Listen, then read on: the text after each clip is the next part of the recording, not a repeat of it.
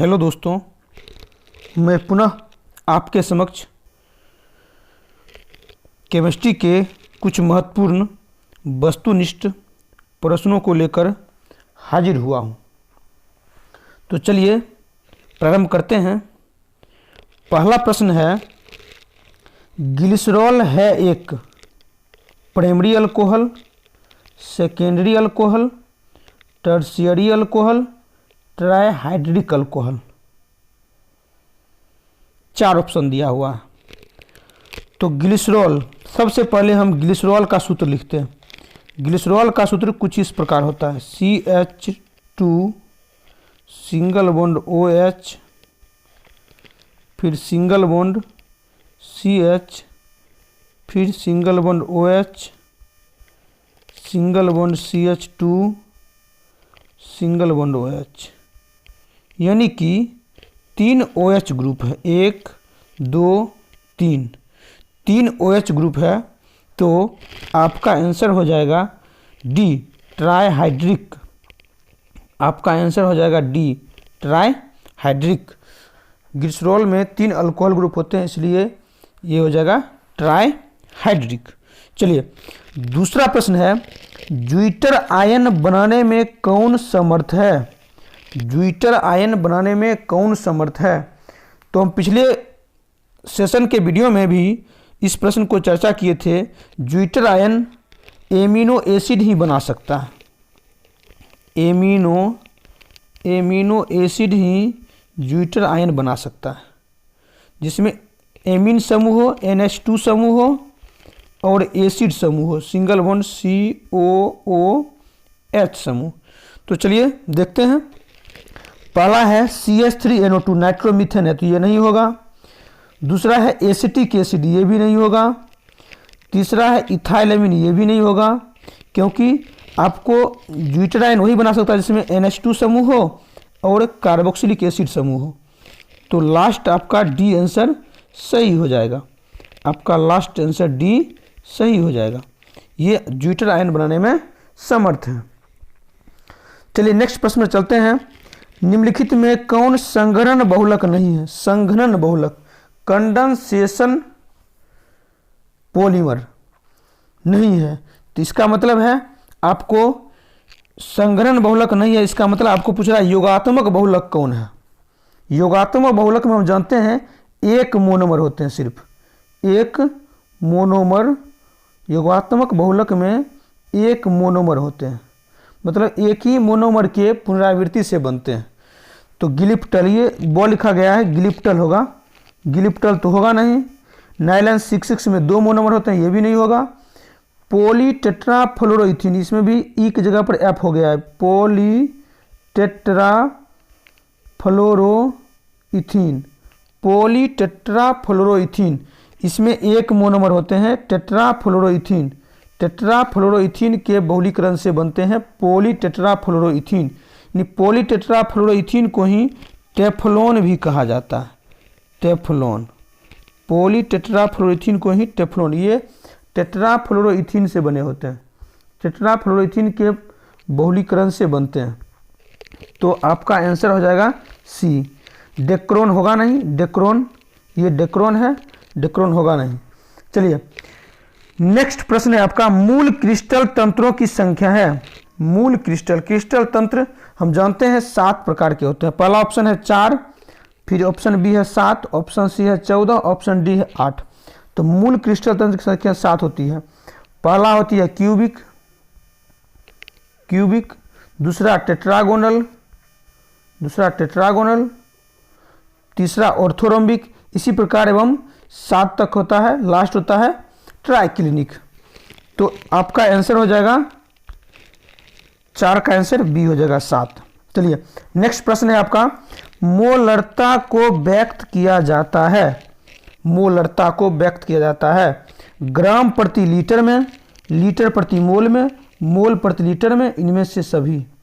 तो मोलरता का मात्रक मोल प्रति लीटर होता है। मोलरता का मात्रक मोल प्रति लीटर होता है। इसी में अगर मोललता रहता तब इसका मात्रक हो जाता मोल प्रति केजी, मोल प्रति केजी हो जाता। तो मोलरता का मात्रक हो जाएगा यहाँ पर आपका, मोलरता का मात्रक मोल प्रति लीटर हो जाएगा, यानी कि 5 का आंसर सी हो जाएगा। चलिए नेक्स्ट प्रश्न की बात करते हैं। नेक्स्ट प्रश्न है आपका, नेक्स्ट कुछ इस प्रकार आपका प्रश्न है, 234.2 ग्राम चीनी के घोल में 34.2 ग्राम चीनी में घोल की मोलल सांद्रण है। मोलल सांद्रण का मतलब है मोललता निकालने के लिए पूछ रहा है। तो हम जानते हैं मोललता का मात्रक होता है विलेय का भार गुने 1000 बट्टे विलेय का अनुभार गुने विलायक की मात्रा, विलायक की मात्रा। तो विलेय का भार हो जाएगा आपका, विलेय हो गया 34.2 ग्राम चीनी है, तो चीनी विलेय हो गया 34.2, अब बट्टे चीनी ही विलेय है तो चीनी का अनुभार होता है 342, गुने ऊपर हो जाएगा 1000, अब बट्टा में फिर हो जाएगा विलायक की भार। तो विलायक 234.2 ग्राम घोल है, तो इसमें 34.2 ग्राम चीनी हट जाएगा, तो आपका विलायक पानी बचेगा 200 ग्राम। तो 200 में 1000 से भाग देंगे तो 5 हो जाएगा, ये दशमलव उड़ेगा तो नीचे हो जाएगा 10, और ये 342 से फिर 342 कट जाएगा, यानी कि 5/10 आएगा आंसर। 5/10 का मतलब है, 5/10 का मतलब है 0.5, 0.5 आप इसका आंसर आ जाएगा, यानी कि 7 का बी, 7 का बी हो जाएगा आपका, 7 का बी आंसर आपका सही है। चलिए नेक्स्ट प्रश्न है आपका, कौन अक्रिस्टलीय ठोस है? कौन अक्रिस्टलीय ठोस है? ऑप्शन ए है हीरा, ऑप्शन बी है ग्रेफाइट, ऑप्शन सी कांच, कोक लिखा गया कांच हो जाएगा, ऑप्शन सी हो जाएगा कांच, ऑप्शन सी में हो जाएगा कांच। डी में है साधारण नमक, तो कोक के जगह पर कांच कर दीजिएगा, कांच है। हम जानते हैं अक्रिस्टलीय ठोस होते हैं, कांच होते हैं, रबर होते हैं, प्लास्टिक होते हैं, इसी प्रकार सब अक्रिस्टलीय ठोस होता है। तो रबर, कांच, प्लास्टिक ये अक्रिस्टलीय ठोस है, 3 याद रखिएगा, तो अक्रिस्टलीय ठोस को आप अलग कर सकते हैं। तो आंसर हो जाएगा आपका, इसमें आपका आंसर हो जाएगा कांच, सी, सी हो जाएगा आंसर। कोक के जगह पर कांच कर लेना है, कांच। चलिए नेक्स्ट 9 नंबर प्रश्न है आपका, मोल प्रभाज के लिए कौन सा सही है? मोल प्रभाज के लिए कौन सा सही है? मोल प्रभाज को हम x से सूचित करते हैं। यहाँ पर कह रहा है ऑप्शन ए में मोल प्रभाज का मान 1 से छोटा होता है, बी में कह रहा है मोल प्रभाज का मान 1 से अधिक होता है, सी में कह रहा है मोल प्रभाज का मान 0 और 1 के बीच होता है। तो आंसर आपका हो जाएगा सी, सी आंसर आपका बिल्कुल सही है। नेक्स्ट 10 नंबर प्रश्न पर आते हैं। 10 नंबर प्रश्न है आपका, शून्य कोटि अभिक्रिया के लिए वेग स्थिरांक की इकाई होती है। शून्य कोटि पहला आपका है मोल प्रति लीटर प्रति सेकंड, पहला ऑप्शन। दूसरा ऑप्शन है लीटर प्रति लीटर मोल प्रति सेकंड। सी ऑप्शन है लीटर स्क्वायर प्रति मोल स्क्वायर प्रति सेकंड। डी में है प्रति सेकंड।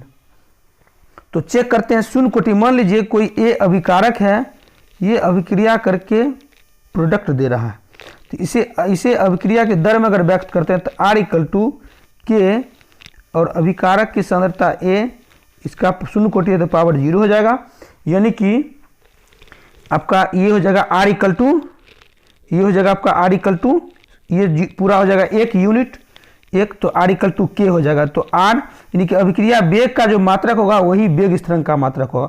तो अभिक्रिया वेग का मात्रक होता है आपका मोल प्रति लीटर प्रति सेकंड, मोल प्रति लीटर प्रति सेकंड, ये अभिक्रिया वेग का मात्रक होता है। तो ये हो जाएगा आपका आंसर 10 का आपका आंसर हो जाएगा ए। नेक्स्ट चलिए नेक्स्ट प्रश्न में हम लोग चलते हैं। नेक्स्ट प्रश्न है आपका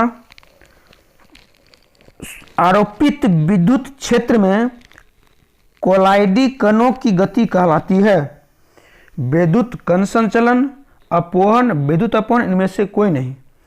तो आरोपित विद्युत क्षेत्र में, जब विद्युतीय क्षेत्र में कोलाइडी कण को लाते हैं तो कोलाइडी कण के धन आवेशित जो कण होते हैं विद्युतीय क्षेत्र के ऋण दिशा की ओर जाने लगते हैं, और जो ऋण आवेशित कण होते हैं वो विद्युतीय क्षेत्र के धन दिशा की ओर जाने लगते हैं।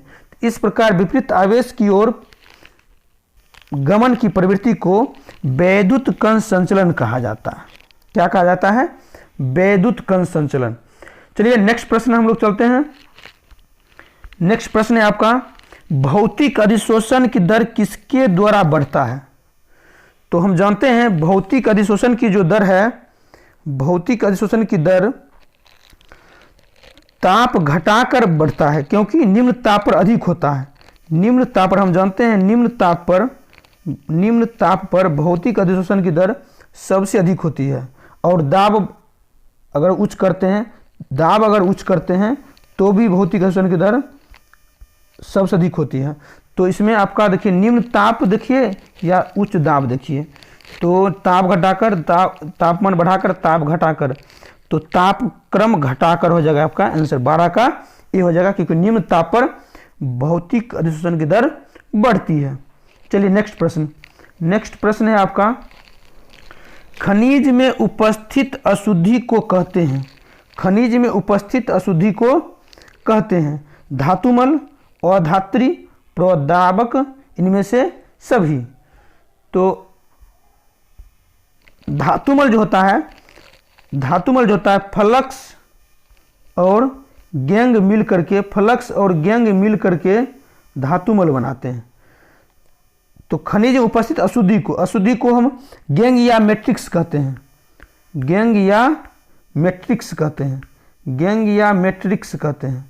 अयस्क में उपस्थित अशुद्धि को गैंग या मैट्रिक्स कहते हैं। तो गैंग या मैट्रिक्स को ही शुद्ध हिंदी भाषा है अधात्री, यानी कि आपका आंसर हो जाएगा 13 का बी। चलिए नेक्स्ट 14 नंबर प्रश्न, कौन एक भस्मीय फ्लक्स नहीं है? कौन एक भस्मीय फ्लक्स नहीं है? कौन एक भस्मीय फ्लक्स नहीं है? कौन एक भस्मीय फ्लक्स नहीं है? तो भस्मीय फ्लक्स नहीं है, इसका मतलब है आपसे पूछा जा रहा है अम्लीय कौन है? अम्लीय कौन है? तो हम जानते हैं धातु के ऑक्साइड भस्मीय होता है, तो कैल्शियम धातु भस्मीय हो गया, धातु का ऑक्साइड। यहाँ मैग्नीशियम का ऑक्साइड है, धातु का ऑक्साइड है, ये भी भस्मीय हो जाएगा। ये अधातु का ऑक्साइड है, सॉरी उपधातु का ऑक्साइड है, सिलिकॉन उपधातु है। तो उपधातु और अधातु ये दोनों के ऑक्साइड अम्लीय होते हैं। अधातु ये दोनों के ऑक्साइड क्या होते हैं? अम्लीय होते हैं। तो आपका आंसर हो जाएगा सी सही। डी फिर आपका कैल्शियम कार्बोनेट लवण है, डी आपका कैल्शियम कार्बोनेट क्या है? लवण है। तो ये होगा नहीं, यहाँ पर आपका आंसर हो जाएगा सी, उपधातु के ऑक्साइड या अधातु के ऑक्साइड ही अम्लीय होता है। चलिए नेक्स्ट प्रश्न है आपका, लूनर कास्टिक का रासायनिक सूत्र है, लूनर कास्टिक का रासायनिक सूत्र AgNO3 को कहा जाता है।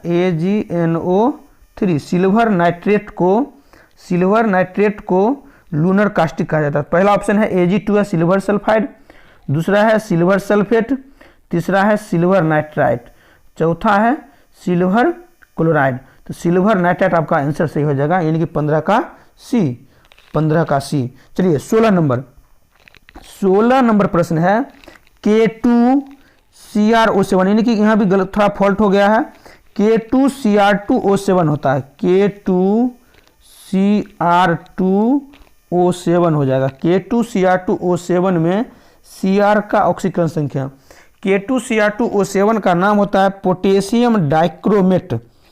चलिए ऑक्सीकरण संख्या निकालने के लिए हम जानते हैं पोटेशियम का ऑक्सीकरण संख्या 1 गुने 2 हो जाएगा, प्लस इसको क्रोमियम का निकालना है तो x मानेंगे तो x गुने हो जाएगा 2, प्लस ऑक्सीजन का मानेंगे -2 तो -2 गुने हो जाएगा 7, अब पूरा का बराबर हो जाएगा 0। तो ये हो जाएगा 2 + 2x माइनस हो जाएगा 14 बराबर 0। तो यहाँ पर आप निकाल सकते हैं x का मान +6, यानी x बराबर हल करके आ जाएगा +6, x बराबर +6 आएगा हल करके, यानी कि ये हो जाएगा -12, और फिर 12 में 2 से भाग दीजिएगा तो +6। आपका आंसर हो जाएगा यहाँ पर 16 का सी, ऑप्शन ए में +2 है, ऑप्शन बी में +4 है, तो ऑप्शन सी में +6 तो +6 हो जाएगा। चलिए नेक्स्ट प्रश्न में चलते हैं। सबसे शक्तिशाली अवकारक कौन है? सबसे शक्तिशाली अवकारक का मतलब हो गया कि कौन आसानी से H+ आयन त्याग कर सकता है, मतलब किसके साथ आसानी से ऑक्सीकरण हो सकता है, ऑक्सीकरण की घटना हो सकती है। जिसके साथ आसानी से ऑक्सीकरण घटना होगा वो सबसे शक्तिशाली अवकारक हो जाएगा। तो आसानी से H+ आयन त्याग करेगा आपका आयोडीन, आयोडीन ही त्याग कर सकता है आसानी से, तो सबसे शक्तिशाली अवकारक हो जाएगा। देखिए ना, फ्लोरीन से ज़्यादा अवकारक शक्ति हो गया क्लोरीन में, इससे ज़्यादा अवकारक शक्ति ब्रोमीन में, इससे ज़्यादा अवकारक शक्ति आयोडीन में। यानी आसानी से जो इलेक्ट्रॉन, देखिए 2-3 कॉन्सेप्ट इसका ऑक्सीकरण का, ऑक्सीकारक अवकारक का हो सकता है। तो यहाँ पर अगर हम फ्लोरीन, क्लोरीन, ब्रोमीन, आयोडीन की बात करेंगे तो जो आसानी से इलेक्ट्रॉन त्याग करता है, जो इलेक्ट्रॉन त्याग करता है उसे यानी वह ऑक्सीकरण की घटना होती है। इलेक्ट्रॉन का त्याग हुआ तो ऑक्सीकरण होगा, और जो इलेक्ट्रॉन का त्याग करेगा उसको हम अवकारक कहेंगे। तो यहाँ आयोडीन आसानी से इलेक्ट्रॉन त्याग कर सकता है, तो आई हो गया आपका अवकारक। अगर ऑक्सीकारक पूछता तो फ्लोरीन हो जाता है, यहाँ पर आंसर हो जाएगा डी, आयोडीन। चलिए नेक्स्ट प्रश्न है आपका, कैप्रोलैक्टम किसका मोनोमर है? इससे पिछले वाले भी सेशन में इस प्रश्न के बारे में बताए थे, कैप्रोलैक्टम किसका मोनोमर है।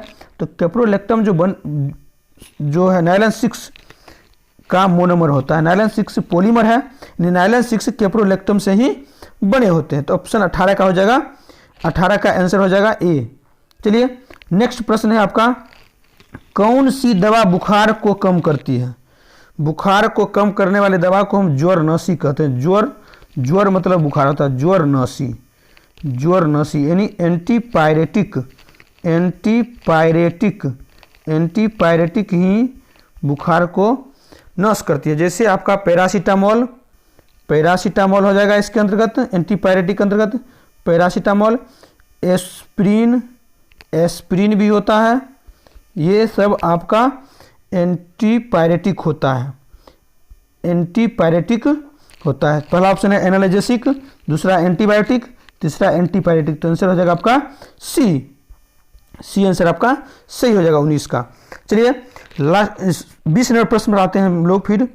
20 नंबर प्रश्न है आपका R2, 20 नंबर है R2NH के N के साथ कौन सा प्रसंकरण है? R2, R यहाँ एल्काइल को व्यक्त करता है, मतलब R के साथ दो, यानी N के साथ 2 R लगेगा, फिर H एक जगह लगेगा।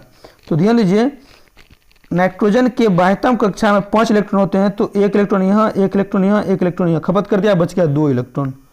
यानी कि 1 सिग्मा बंधन, 2 सिग्मा बंधन, 3 सिग्मा बंधन, 3 सिग्मा बंधन, 1 लोन पेयर, कुल मिलाकर के हो गया 4। तो 4 ऑर्बिटल वाला ही संकरण होगा। 4 ऑर्बिटल किस में है? 4 ऑर्बिटल देखिए, 1s 3p 4 ऑर्बिटल है, 1s 2p 3 ऑर्बिटल है, 1s 1p 2 ऑर्बिटल है, dsp2 4 ऑर्बिटल है। तो फिर देखिए dsp2 होगा नहीं, क्योंकि ये इस प्रकार के संकरण जो है खास करके आपका संकुल यौगिक में पाया जाता है। तो आपका आंसर होगा यहाँ पर sp3, sp3। चलिए नेक्स्ट 21 नंबर प्रश्न और सबसे लास्ट प्रश्न है यह। इसमें सोडियम का उपसह संयोजन संख्या NaCl में है। सोडियम का उपसह संयोजन संख्या NaCl में है। सोडियम का उपसह संयोजन संख्या NaCl में है।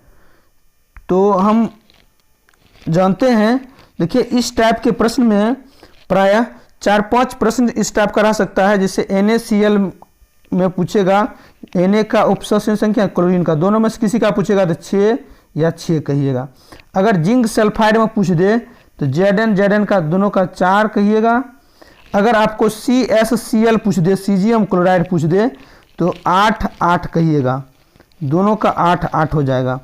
अगर आपको CaF2 का पूछ दे, CaF2 का पूछ दे तो Ca का 8 कहिएगा, F का 4 कहिएगा। इस ढंग से प्रश्न पूछे जाते हैं। कैल्शियम फ्लोराइड में पूछेगा तो कैल्शियम का 8, फ्लोरीन का 4, नमक में पूछेगा सोडियम का तो 6, क्लोरीन का भी 6। तो यहाँ पर आपका पूछा जा रहा है, ध्यान दीजिएगा, यहाँ पर आपका पूछा जा रहा है, यहाँ पर है आपका NaCl में सोडियम का तो हो जाएगा 6, ऑप्शन ए में 2, ऑप्शन बी में 4, ऑप्शन सी में है 6, तो आपका आंसर हो जाएगा सी 6। चलिए आज का एपिसोड यहीं एंड करते हैं। धन्यवाद।